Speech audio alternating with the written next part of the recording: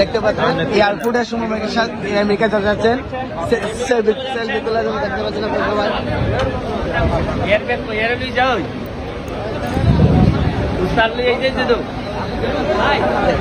সবাই শপথ নিয়ে সরাসরি আজ চলে আসছি এয়ারপোর্টে।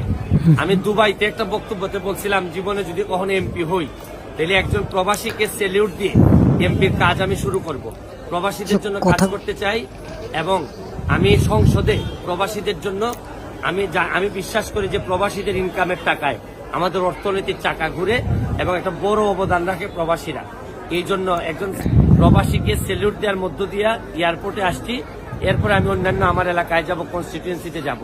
আমি এখানে পাইছি আমার একজন প্রবাসী ভাইকে, উনি দুবাই থেকে আসছেন। আমার বললেন দুবাই থেকে আসছেন।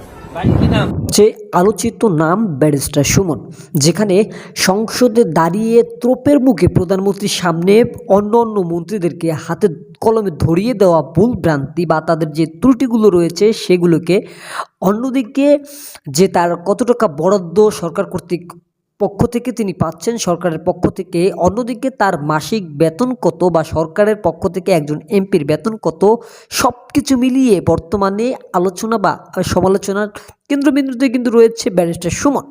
সেই ব্যারিস্টার সুমনকে কিন্তু ইতিমধ্যেই হত্যার হুমকি দেওয়া হয়েছে।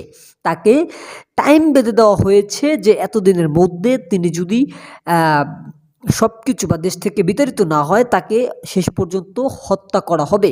সরাসরি সেই মেসেজটা পাঠিয়েছেন কিন্তু পুলিশের কাছে।